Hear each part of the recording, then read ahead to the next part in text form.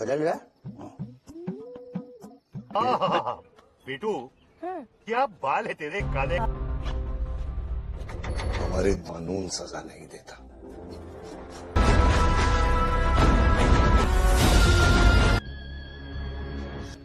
Sekarang, Morgan.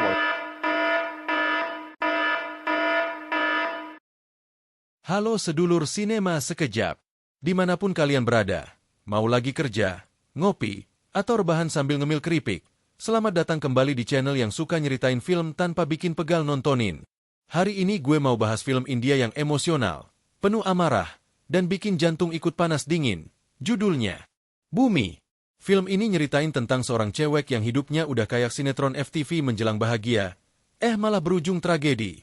Tapi tenang, ini bukan kisah Milo doang, karena bareng ayahnya, dia bangkit dan siap balas dendam. Gak pakai pengacara, gak nunggu pasal, mereka gaspol sendiri. Hukum versi mereka, cepat, tegas, dan bikin pelaku ngeri duluan. Kalau penasaran gimana kisahnya, langsung aja tekan tombol subscribe sekarang juga dan bunyiin loncengnya. Biar tiap gue upload alur cerita film seru lainnya, kalian jadi yang pertama nonton.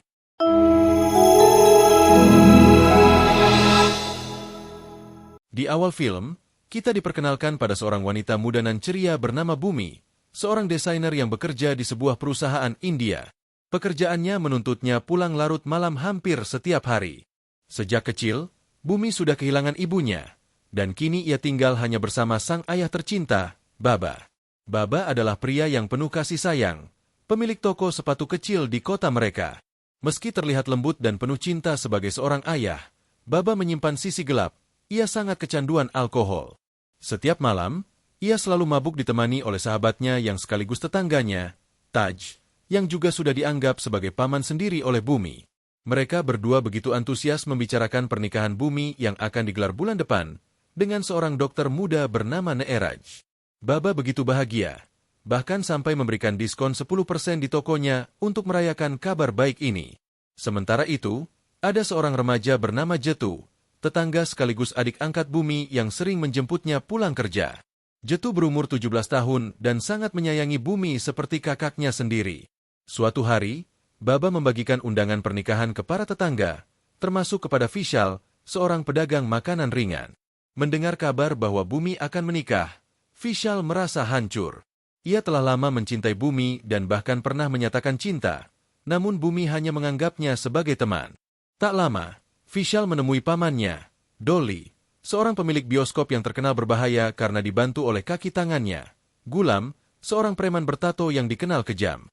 Disinilah kisah mulai menggelap. Vishal menceritakan bahwa wanita yang ia cintai akan segera menikah. Dolly menyarankan agar Vishal mencoba sekali lagi untuk mengutarakan perasaannya dan berjanji akan membantu jika ia ditolak.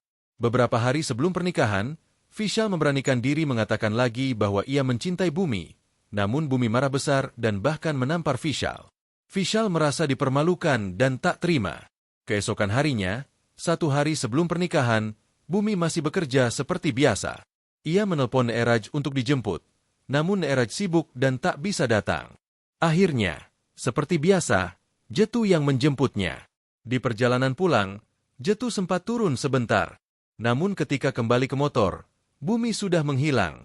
Ternyata, Bumi telah diculik oleh Vishal, Dolly, dan Gulam, lalu dibawa ke bioskop milik Dolly. Dalam kondisi setengah sadar karena pengaruh obat, Bumi menjadi korban kekerasan yang sangat tragis. Dia tidak tahu siapa pelakunya karena kondisi tubuhnya lemah dan tidak sadar sepenuhnya. Beberapa jam kemudian, Bumi tersadar, namun semuanya telah terlambat.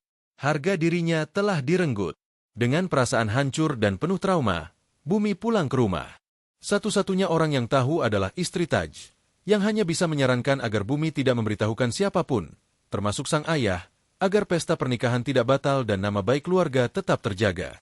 Esoknya, pernikahan berlangsung megah. Namun, tepat sebelum ijab kabul dimulai, Bumi mengambil keputusan besar. Ia jujur pada Neeraj tentang kejadian semalam. Mendengar itu, Neeraj terpukul dan hancur hati. Tanpa banyak kata, ia memutuskan untuk membatalkan pernikahan di hadapan semua tamu. Di tengah suasana pernikahan yang seharusnya menjadi hari paling membahagiakan dalam hidup seorang ayah, Baba justru kebingungan. Ia melihat tamu-tamu satu persatu meninggalkan acara tanpa alasan yang jelas. Hati kecilnya gelisah, dan kekhawatiran itu terbukti benar. Baba akhirnya mengetahui kebenaran yang memilukan tentang apa yang telah terjadi pada putri kesayangannya, Bumi. Dengan hati penuh luka, Baba dan sahabatnya, Taj, segera melaporkan kejadian tersebut ke pihak berwajib. Namun apa yang mereka temui justru membuat dada mereka semakin sesak. Petugas di kantor polisi tak menunjukkan empati. Mereka lebih sibuk menonton pertandingan olahraga daripada mendengar jeritan hati seorang ayah. Emosi Baba memuncak. Ia menghentikan tayangan yang mereka tonton dengan cara yang mengejutkan, hingga akhirnya membuat para petugas sadar bahwa ini bukan hal sepele. Namun, ketika mereka ingin bertemu langsung dengan Bumi untuk menggali keterangan lebih lanjut, satu kenyataan pahit kembali menimpa mereka. Bumi kembali menghilang. Tak ada yang tahu kemana dia pergi, sampai akhirnya diketahui bahwa dia kembali dibawa paksa oleh orang-orang yang sama. Mereka panik karena mengetahui Baba telah melapor ke polisi. Di tempat tersembunyi jauh dari kota, Bumi kembali menjadi sasaran kekejaman. Di sebuah jembatan yang sunyi, dalam kondisi luka dan sangat tertekan, Bumi mencoba melarikan diri dengan nekat. Ia terjatuh ke sungai setelah upaya terakhirnya untuk melepaskan diri. Syukurlah, takdir masih berpihak padanya. Bumi ditemukan dalam keadaan hidup dan segera dibawa ke rumah sakit. Di sana, dalam suasana yang begitu haru, Bumi akhirnya mengungkapkan segalanya kepada sang ayah. Tentang apa yang sebenarnya terjadi, dan siapa saja yang terlibat. Kasus ini pun dibawa ke pengadilan. Namun perjuangan belum selesai. Para pelaku membawa pengacara berpengalaman yang mencoba membalikkan keadaan, bahkan menyudutkan Bumi seolah-olah dialah pihak yang bersalah. Saat itu, Baba tak sanggup lagi melihat putrinya dipermalukan di depan umum. Dengan suara bergetar dan air mata yang tak tertahan, ia menundukkan kepala dan memohon agar semua ini dihentikan. Ia berkata, "Aku masih bersyukur putriku masih hidup, tapi mengapa ia harus melalui semua ini?" Satu ruangan pun terdiam. Isak tangis terdengar dari sudut-sudut ruang sidang. Kesedihan seorang ayah yang tak mampu melindungi anaknya meruntuhkan hati siapapun yang mendengarnya. Akhirnya, Baba dan Bumi memutuskan untuk menarik laporan. Bukan karena menyerah, tapi karena terlalu lelah melihat keadilan yang tak berpihak. Kehidupan pun berlanjut, tapi tak ada kebahagiaan di rumah kecil mereka. Hanya kesedihan yang seakan tak pernah hilang. Bahkan suatu hari, Bumi harus menghadapi kenyataan pahit lainnya. Tetangga-tetangga mereka meminta Bumi pergi dari desa karena dianggap mencemarkan nama baik lingkungan. Baba, yang selama ini sabar, akhirnya tak bisa diam. Ia marah besar dan mengungkapkan semua kebaikan yang telah Bumi lakukan kepada orang-orang yang kini dengan mudah mengusirnya. Dulu mereka menerima pertolongan, kini mereka membalasnya dengan penghakiman. Beberapa hari kemudian, sebuah kejutan lain menghancurkan hati Bumi. Orang-orang yang selama ini dekat dengannya, bahkan seseorang yang sudah ia anggap sebagai saudara sendiri, ternyata ikut terlibat dalam semua penderitaannya. Dengan penuh penyesalan, mereka datang dan meminta maaf kepada Baba dan Bumi. Tapi luka itu sudah terlalu dalam. Baba tak bisa menerima permintaan maaf mereka. Ia hanya bisa menunduk, menggenggam tangan putrinya, dan berkata, "Kita tidak butuh pengakuan, kita butuh keadilan." Dan Bumi pun akhirnya memutuskan bahwa ia tidak akan diam. Ia ingin orang-orang yang telah menghancurkan hidupnya mempertanggungjawabkan perbuatan mereka. Ia ingin menunjukkan bahwa perempuan bukan makhluk lemah. Bahwa suara seorang ayah dan anak yang tersakiti bisa lebih lantang dari kebohongan, kekuasaan, dan ketidakadilan. Namun sang ayah berkata, "Bukan hanya aku, tapi kita berdua." Dan akhirnya misi untuk mencari keadilan pun dimulai, dibantu oleh Taj, sahabat setia keluarga mereka. Langkah pertama mereka adalah menghadapi Jetu. Ia diculik secara diam-diam, dan saat diinterogasi, Jetu sempat berpura-pura tidak tahu menahu tentang apa yang menimpa Bumi. Tapi Baba dan Taj tidak mudah percaya. Satu persatu bukti dan fakta dibeberkan, mulai dari Jetu yang diam-diam memberikan makanan ringan dari toko Visal yang telah dicampur obat bius, berpura-pura buang air kecil agar Bumi bisa dibawa pergi, sampai memberitahu pelaku bahwa Baba telah melapor ke polisi dan bahwa Bumi ternyata masih hidup dan dirawat di rumah sakit. Ternyata, Jetu adalah perantara penting dalam semua kekejaman yang menimpa Bumi. Dan lebih menyakitkannya lagi, Jetu juga ikut merekam kejadian kelam tersebut, sesuatu yang tak bisa dimaafkan. Akhirnya, Jetu menangis dan meminta maaf. Namun karena di negaranya hukuman untuk anak di bawah umur sangat ringan, Baba memutuskan untuk membuat Jetu menyesali perbuatannya dengan caranya sendiri. Hari demi hari, Jetu dikurung dan diperlakukan dengan keras. Hingga tibalah hari ulang tahunnya yang ke-18, hari di mana ia secara hukum dianggap dewasa. Saat itu, Jetu dipaksa berdandan seperti seorang perempuan. Ia ketakutan. Ia tahu apa yang akan terjadi. Saat diminta memotong kue ulang tahunnya, Jetu menolak. Tapi Baba memaksanya. Dan karena ketakutan yang luar biasa, G2 justru melukai dirinya sendiri di depan mata mereka. Keesokan paginya, tubuh Jetu ditemukan dan ayahnya menangis keras, meratapi kepergian anaknya. Namun berbeda dengan sang ayah, kakaknya justru terlihat dingin, seolah tak punya penyesalan. Polisi yang sebelumnya menangani kasus Baba lalu, memberikan surat peninggalan dari Jetu yang berisi pengakuan bahwa ia memang memilih mengakhiri hidupnya sendiri. Meski begitu, polisi tampaknya merasa ada yang janggal dari kejadian tersebut. Namun diam-diam, mereka tahu siapa yang bersalah, dan mereka membiarkan Baba menuntaskan perjuangannya. Target selanjutnya adalah Vishal. Kini Baba selalu mengawasi setiap langkahnya. Vishal hidup dalam ketakutan, sampai-sampai suatu hari ia tak bisa menahan diri dan buang air kecil karena panik melihat sorot mata Baba.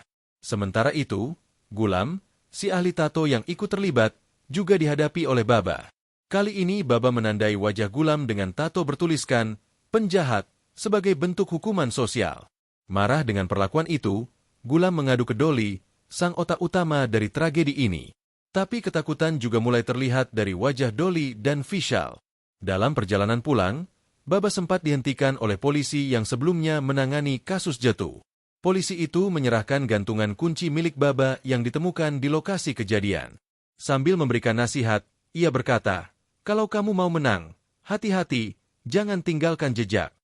Sebuah tanda bahwa polisi sebenarnya membiarkan keadilan berjalan dengan caranya sendiri.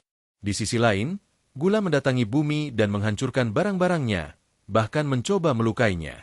Beruntung, Paman Taj datang bersama tetangga dan menyelamatkan Bumi.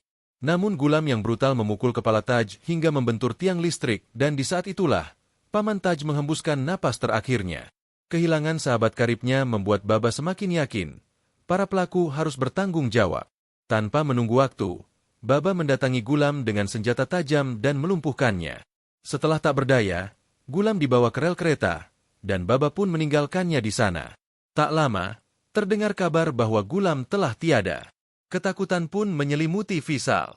Ia mencoba melarikan diri menggunakan bus umum, namun Baba mengejarnya dan menghentikan bus tersebut. Para penumpang satu persatu turun, hingga hanya tersisa Vishal. Dengan penuh ketakutan, Vishal memohon ampun. Tapi Baba yang terbakar amarah hanya memberinya dua pilihan, mengakhiri semuanya sendiri, atau menghadapi kemarahan Baba. Vishal menatap pisau yang disodorkan kepadanya, dan akhirnya memilih mengakhiri semuanya dengan tangannya sendiri. Kini hanya tinggal satu nama tersisa, Dolly. Dalam perjalanan, Baba dan Bumi pergi dengan bus yang sama menuju tempat Dolly. Tapi Dolly sudah menunggu, bersama anak buahnya. Dalam pertarungan yang berat sebelah, Baba yang sudah tua harus menghadapi banyak pria sekaligus. Ia ditusuk di bagian perut, hingga cairan merah mengucur deras. Dolly menghina Baba dan bahkan kembali mengancam akan menyakiti Bumi. Namun meski tubuhnya lemah, Baba bangkit. Ia mencabut besi dari tubuhnya, dan dengan amarah seorang ayah yang tak rela anaknya dihancurkan, ia melawan habis-habisan. Dolly akhirnya lari, tertatih-tatih menuju sebuah kuil, tapi Baba terus mengejarnya.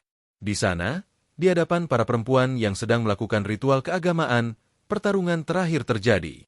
Baba menghantam Dolly, mematahkan tangannya, kakinya, dan membuatnya tergelincir ke tepi lubang kuil yang berisi kolam di bawah. Dolly menangis minta ampun. Tapi Baba berkata, orang yang menyakiti perempuan tidak pantas hidup dengan tenang. Saat itu, Bumi datang dan memotong rambut Dolly sebagai simbol pembalasan atas apa yang dulu dilakukan padanya. Para perempuan lain di kuil pun melemparkan syal mereka ke kolam, mengikuti syal milik Bumi yang lebih dulu terjatuh. Dolly akhirnya terjatuh ke dalam kolam, tenggelam dalam air yang tenang namun menyimpan ribuan kemarahan. Cerita pun ditutup dengan Baba memeluk erat putrinya sambil berkata, "Semua sudah selesai. Nak, sekarang kamu bisa hidup tanpa ketakutan lagi."